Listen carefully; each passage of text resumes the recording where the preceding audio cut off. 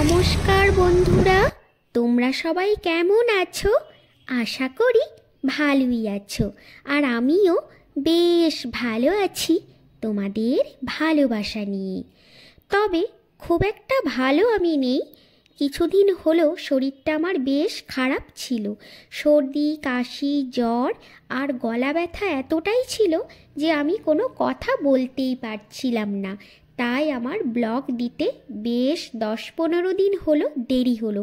মানে এই বিয়েবাড়ির ব্লগটা আগেই দেওয়ার কথা ছিল, কিন্তু এতটাই শরীর খারাপ ছিল, শরীর খারাপের থেকেও আমার গলার ভয়েস কোনো আর কি কথা বলতেই পারছিলাম না। মানে আমি যে ব্লগ দেব কোনো ভয়েসই দেওয়ার মতো ক্ষমতা ছিল না, মানে এতটাই গলার অবস্থা খারাপ ছিল।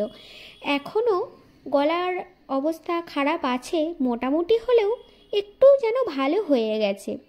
তো যাই হোক, বেশি কথা আর বলবো না।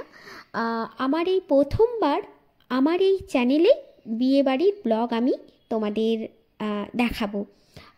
নতুন একটি ব্লগ, তোমাদের হয়তো ভালো লাগবে। তোমরা যে যেখান থেকেই দেখছো না কেন, দেশে বিদেশে যেখান থেকেই তোমরা এই ভিডিওটা দেখবে, কিছু না কিছু হলেও আমাদের বাঙালিদের একটু হলেও বিয়েবাড়ি একটু বাঙালিদের অন্যরকম হয়। হয়তো কোনো কোনো বাঙালিদের বিয়েবাড়ি একটু নিয়ম কানুন বেশি থাকে, কোনো কোনো বিয়েবাড়ির বাঙালিদের একটু হয়তো কম থাকে, কম বেশি কিছু না হলেও থাকে।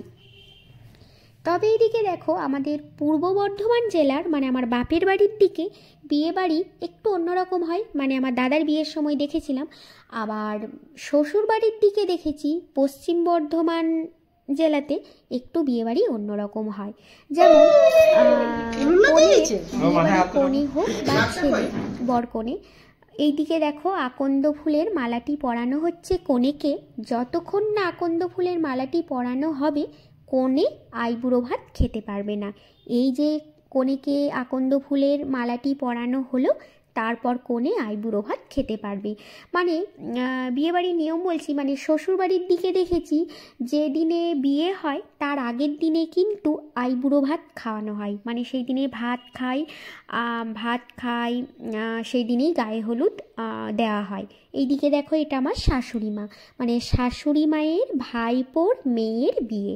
তো শাশুড়ি মায়ের সাথেই আমরা গিয়েছিলাম বিয়ে বাড়ি। তো শাশুড়ি মায়ের বাপের বাড়িতেই আর কি গিয়েছিলাম, মানে আমার বড়মশাইয়ের মামার বাড়ি।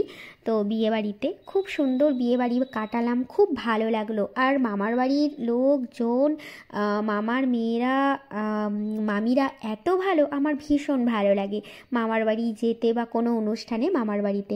তো চলো, বিয়ে বাড়ি যে কথা বলছিলাম, এইদিকে দেখো সেই দিনে ভাবলাম গায়ে হলুদ হবে, তো আমরা সবাই গায়ে হলুদের জন্য হলুদ শাড়ি পরেছিলাম। সবাই আমরা মেয়েরা বউরা যে যেমন হলুদ শাড়ি জামা।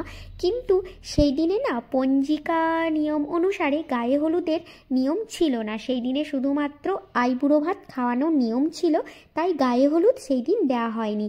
আর এইদিকে দেখো, আমরা গায়ে মানে আইবুড়ো ভাত খাওয়ানোর আগেই আমরা আর কি টিফিন খাবো 10টার সময়। সেই দিন হয়েছিল নান, কাবলি, চানার ঘুগনি, বোঁদে, মিষ্টি ছিল। 10টার সময় আমরা খাওয়া দাওয়া করলাম টিফিন, তারপরে কিন্তু আমরা আইবুড়ো ভাত খাওয়ানো দেখলাম। তো এটা হচ্ছে 10টা 10:30টার দিক। তারপরে দেখো সন্ধ্যা হয়ে গেছে। এই যে সন্ধ্যাবেলার অনুষ্ঠানটা হচ্ছে একদম অন্যরকম। মানে আমার বাপের বাড়ির দিকে দেখি এই অনুষ্ঠানটা হয় না। এটা হচ্ছে ঢোল বরণ করা। মানে যে যতই সানাই বাজুক, গান বাজুক, বাজনা বাজুক, ঢোল কিন্তু বাজবেই বিয়েতে টুং টুং করে। তো এই ঢোলটাকেই বরণ করা হবে।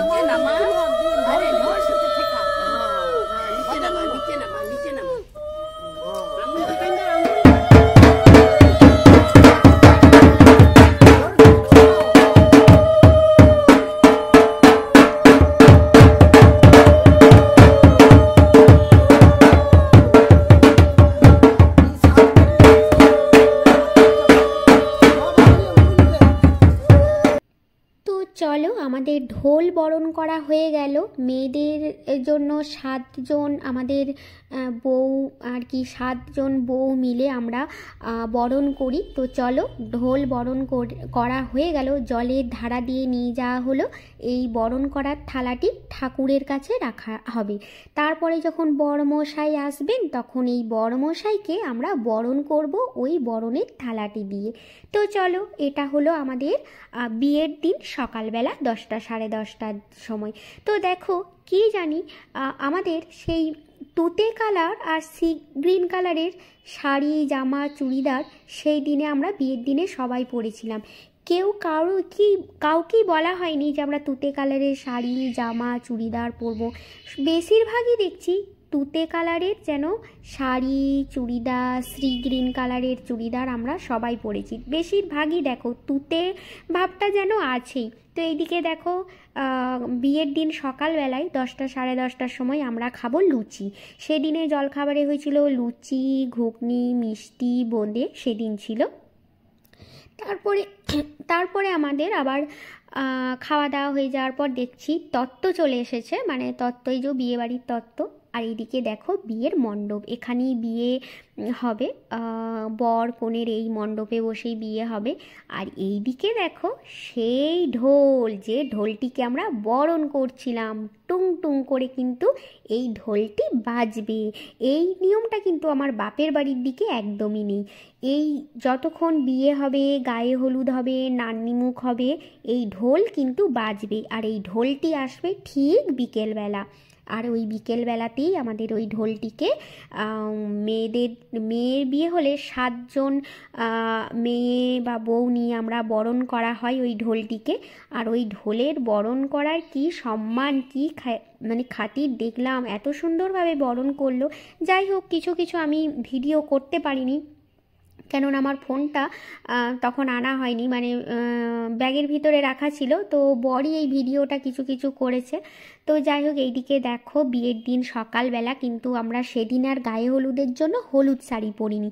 সবাই ওই যে বললাম না, সি গ্রিন তুতে কালারের যেন আমরা সবাই সবুজ শাড়ি পরেছিলাম সবাই। তো কেউ কাউকেই বলা ছিল না যে সবাই তুতে কালার শাড়ি পরবে বা সি গ্রিন শাড়ি পরবে, সবাই কিন্তু আর কি তুতের ছোঁয়াটাই যেন বেশি ছিল। আর এইদিকে দেখো মেয়েকে গায়ে হলুদ দেওয়া হচ্ছে, কনেকে আর কি সুন্দরী দেখতে, কনে যেন একদম অপরূপ সুন্দরী। আর এইদিকে দেখো এটাও হচ্ছে আমাদের এক ভাগ্নি, সবাই একদম সুন্দরী সুন্দরী, আবার কি কনেরা কনেকে আর কি গায়ে হলুদ দিচ্ছে। আর এইদিকে ব্যাকগ্রাউন্ডটা দেখো পুরো পান দিয়ে সাজানো হয়েছে, একদম সদ্য পান পাতা দিয়ে, একদম সদ্য পান পাতা দিয়ে সাজিয়েছে। আর কনেকেও সাজিয়েছে ওই আমাদের এক ভাগনা, ওই যে সাদা পাঞ্জাবি পরে মানে দাঁড়িয়ে আছে, তো ওই কনেকেই সাজিয়েছে। আর সমস্ত সাজানো মানে ডেকোরেশন করার সব ওই ভাগ্নি আর কি করেছে খুব সুন্দরভাবে। আর খুব সুন্দর ভালো সাজায়, মানে আমাদের এই ভাগ্নি এত সুন্দর সাজায় না, মানে এইদিকে দেখো কি সুন্দর পুষ্প বৃষ্টি একদম পড়ছে, যেন খুব ভালো লাগছে গায়ে হলুদ। আর সত্যি আমাদের সময় না এরকম ছিলই না, এখন খুব মিস করি যে এইরকম বিয়ে যদি হতো, গায়ে হলুদ হতো। এখন তো আর ছাতনাতলায় আর কি গায়ে হলুদ হয় না, এখন বিয়ের মণ্ডপ আলাদা, আইবুড়ো ভাত খাওয়ার মণ্ডপ আলাদা, গায়ে হলুদের মণ্ডপ আলাদা হয়। আর এইদিকে দেখো আমরা সবাই নাচ করছি, জল সইতে যাব। তো আমাদের বাপের বাড়ির দিকে আবার জল সইতে যাওয়ার নিয়ম নয়। তো আমাদের বাপের বাড়িতে কি হয় বলো তো, গায়ে হলুদ মাখানো হয়, গায়ে হলুদ মাখিয়ে পুকুরে চান করাতে যেতে হয়। কিন্তু এখন তো আর কেউ পুকুরে চান করতে যায় না, এখন সবাই বাড়িতেই চান করে। মানে ওই আগেকার নিয়ম হয়েছিল, মানে গায়ে হলুদ মাখিয়ে নাকি পুকুরে চান করতে হয়, কিন্তু এখন তো আর কেউ পুকুরে চান করে না, আর আমরাও কোনোদিন পুকুরে চান করিনি। তো যাই হোক, ওইটা একটা নিয়ম, ওই যে সব আর কি নতুন শাড়ি জামা কাপড় পরে যাবে, পাড়ায় পাড়ায় ঘুরবে। তো এত লোকজন হয়েছিল, দেখো 800 লোক নিমন্ত্রণ হয়েছিল। তো দেখো 800 লোক তো আসেনি মানে জল সইতে যাওয়ার সময়, তো সবাই রাত্রিতে এসেছিল। আবার অনেক লোক আছে, মানে আমরা কিন্তু সবাই জল সইতে যাইনি, বাড়িতেও কিন্তু কিছু কিছু লোক ছিল, তারা কিন্তু জল সইতে আসেনি, মানে বাড়িতে অনেকেই ছিল, তারা আর কি সাজুগুজু করছিল। মানে আমরা জল সইতে বেরোলাম 4টে সাড়ে 4টে 5টার মধ্যে, তো সবাই তখন সাজুগুজু করতে ব্যস্ত, মেয়ের বিয়ে। তো আমরা তো জল সইতে গিয়েছিলাম। তো জল সইতে যাওয়ার সময় কিন্তু আমরা সবাই অনেকেই শাড়ি চেঞ্জ করি, তখন ওই শাড়ি পরি না, সবাই কিন্তু জল সইতে যাওয়ার সময় শাড়ি নিয়ে আসি, কিন্তু সবাই জল সইতে যাওয়ার জন্য অন্য শাড়ি নিয়ে এসেছিলো। কিন্তু ছোটো দিনের এত বেলা আবার শাড়ি চেঞ্জ করবো, আর বিয়ে বাড়িতে এত ভিড় ছিল, তোমরা যে বাড়িতেই দেখলে ব্যাগ রাখা ছিল, মানে এত ভিড় ছিল, মানে ব্যাগ রাখার জায়গা ছিল না, মানে ব্যাগের পা দিয়ে দিয়ে আমরা সবাই ব্যাগ দেখছিলাম কোনটাতে শাড়ি আছে, কি শাড়ি আছে, এত ব্যাগ ভর্তি ছিল। আর তার জন্য না ওই যে রুমটায় আমরা ছিলাম সাজতেই পাইনি, তাই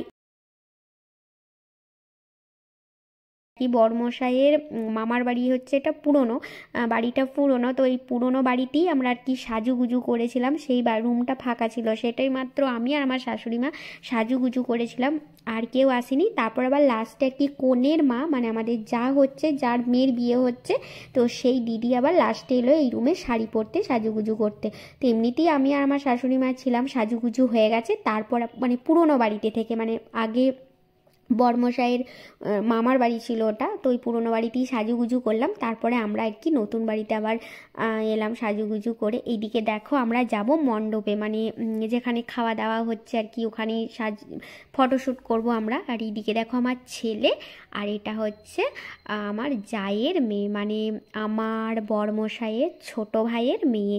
তো এই যে এরা দুজনাই একসাথে থাকে, মানে দুজনই একসাথে ছোটোবেলা থেকে খেলাধুলা একসাথেই থাকে, তো দুজনেই একসাথে সাথে থাকে এরা।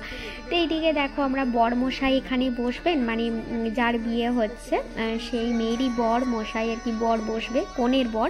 তো সেখানে মণ্ডপটা দেখো কি সুন্দর সাজানো হয়েছে, মানে বর মশাই ওখানে বসবে, তো যে বর কনের বর, তো ওইখানেই আমরা একটু ফটোশ্যুট করলাম। দেখছি বর এখনও আসেনি, তো চলো একটু ফটোশ্যুট করিনি। আর এইদিকে দেখো বিয়ের মণ্ডপ, আর বিয়ের মণ্ডপটা তো খুব সুন্দর মানে সাজিয়েছে, তোমরা দেখলেই, মানে যেখানে বিয়ে হবে সেখানে। তো চলো আমাদের ফটোশ্যুট হলো, এবারে যাব মণ্ডপের দিকে, মানে প্যান্ডেলের দিকে যেখানে খাওয়া দাওয়া হচ্ছে সেখানে। এইদিকে দেখো গেট আর কি, মানে যেখানে খাওয়া দাওয়া হচ্ছে সেই গেট আর কি, প্যান্ডেল মানে যেখানে খাওয়া দাওয়া হবে সেই পুরো একদম সাজিয়েছে, খুব সুন্দর সাজানো হয়েছে। আর এত সুন্দর দেখতে লাগছে না, মানে খুবই সুন্দর, মানে সমস্তটাই সুন্দর। বিয়ের প্যান্ডেল, বিয়ের মণ্ডপ, যেখানে বিয়ে হবে, মেয়ের বিয়ে হবে সেখানটাও এত সুন্দর সাজিয়েছে। তারপরে যেখানে বর বসবে সেখানটাও সাজানো। আর এখানে হচ্ছে মেন গেট, মানে এটা দেখো বিয়ের মণ্ডপ, যেখানে বিয়ে বসবে, মানে বিয়ে হবে, সেটা হচ্ছে ছাতনাতলা, এখানটা সাজিয়েছে। আর বরকনের যেখানে বর বসবে সেখানে তো দেখলেই তোমরা। আর এটা হচ্ছে গেট আর কি, যে বাড়িটায় আমরা ঢুকবো বিয়ে বাড়ি, সেটা হচ্ছে বিয়ে বাড়ির গেট। আর যেটা তোমরা এতক্ষণে দেখলে একদম লম্বা মতো হয়ে চলে গেছে, ওটা হচ্ছে মানে প্যান্ডেল, যেখানে খাওয়া দাওয়া হবে সেখানে। আর এই যে একটা মানে মেয়ের বাড়ির আর কি, বিয়ে বাড়ির গেট থেকে, পালকি থেকে আর কি মুকুট, খুব সুন্দর। আর এই দিকে আমরা যাব কি বলতো, প্যান্ডেলের দিকে যাব, যেখানে খাওয়া দাওয়া হচ্ছে সেই প্যান্ডেলের দিকে। মানে পুরো প্যান্ডেল এত সুন্দর হয়েছিল না, কি বলবো তোমাদেরকে। তো যাই হোক, এই দিকে দেখো যেখানে খাওয়া দাওয়া হচ্ছে সেই প্যান্ডেলের দিকে আমি ঢুকবো, মানে যেখানে মেন খাওয়া দাওয়া হচ্ছে, এই যে হচ্ছে মেন খাওয়া দাওয়া সেই প্যান্ডেল। এই যে আমি যাচ্ছি, চলে যাচ্ছি, এটা হচ্ছে যেখানে খাওয়া দাওয়ার প্যান্ডেল, স্টল বসেছিল বা খাওয়া দাওয়া হবে সেটা প্যান্ডেল। এটা এখান থেকে মেন গেট ঢুকছি। তো খুবই ভালো লাগলো। এবার আমরা ফটোশ্যুট করব, একে একে সবাই মিলে ফটোশ্যুট করছি এই বিয়ে বাড়িতে। আর তোমরা বুঝতেই পারছো বিয়ে এত ঠান্ডা, আমার শ্বশুরবাড়ির ওই দিকটা, মানে আমি গিয়েছিলাম বিয়ে বাড়ি আসানসোল, তো আসানসোলে এত ঠান্ডা। আর এদিকে আমি সোয়েটার টুপি কিছু পরিনি, আমি শুধু না সবাই পরিনি। আর তারপরে তো বিয়ে বাড়ি থেকে এসে আমার প্রচুর সর্দি কাশি জ্বর, গলা দিয়ে কথাই বলতে পারছিলাম না। আর কথা বলতে পারছিলাম না বলেই আমি ভিডিওটা দিতে দেরি করছি, মানে ভয়েস তো দিতেই হবে, আর ফেস তো দেখাতেই হবে, তোমরা তো জানোই। তো এখনও আমার গলা ভালো হয়নি, তো ভাবলাম না 10-15 দিন হলো আমি ভিডিও দিইনি, তো চলো ভিডিওটা দিছে, যেমনই গলা হোক কি না আমাকে দিতেই হবে। এত ভিডিও জমে যাচ্ছে, পরপর তো ভিডিও দিতেই হবে, ব্লগ। তো যাই হোক, গলার অবস্থা খুবই খারাপ, তোমরা শুনেই বুঝতে পারছো গলাটা এতটাই ধরা হয়েছে। তো চলো আমরা এবারে খেতে বসবো। তো খেতে বসেছি আমরা, শর্টস ভিডিওর মধ্যে দেখেছো খাওয়া দাওয়ার ভিডিও, তো এখানে আর খাওয়া দাওয়ার ভিডিও দিলাম না। তো যাই হোক, এইদিকে দেখো আমার ছেলে আর এটা হচ্ছে আমার জায়ের মেয়ে, দুজনেই ওরা একসাথে বসে আছে আর কি। আর আমরা এইদিকে বসে আছি আমি আর সাথী, মানে আমার ননদের মেয়ে। তো চলো, সত্যি তোমরা বুঝতে পারবে আমার গলার অবস্থা এতটাই খারাপ, ভয়েস দিতে একটু হলেও কষ্ট হচ্ছে, ধরা ধরা লাগছে, গলা ব্যথা। তবুও আমি ভাবলাম না, অনেক দিন হয়ে গেল, ভিডিও অনেক জমে আছে, আর না দিলে হবে না, আমি ভিডিওটা পোস্ট করি। তো যাই হোক, তোমাদের বিয়েবাড়ির ব্লগ কেমন লাগলো অবশ্যই বলো। তবে আমি অনেক কিছুই ভিডিও মিস করেছি, অনেক নিয়ম কারণের সময় হয়তো সব সময় তো ছিলাম না, ভিডিও তুলতেও পারিনি, করতেও পারিনি। এইদিকে দেখো বর এসেছে, খাওয়া দাওয়া করার পর আমরা এবারে বরকে দেখলাম। তো বরমশাই দেখছি একা বসে আছেন, তো বরমশাই আমার ছেলেকে ডাকলেন যে আসো বাবু, ছবি তুলবে, বসো। তো যাই হোক, এই নিয়ে ভিডিও কি করলাম। এবারে দেখো তোমরা বিয়ে বাড়ি, বিয়ে হবে মেয়ের। ওই ইয়েটা তো কিনতে হবে মনে হয়, এখন প্রথম থেকে শেষ পর্যন্ত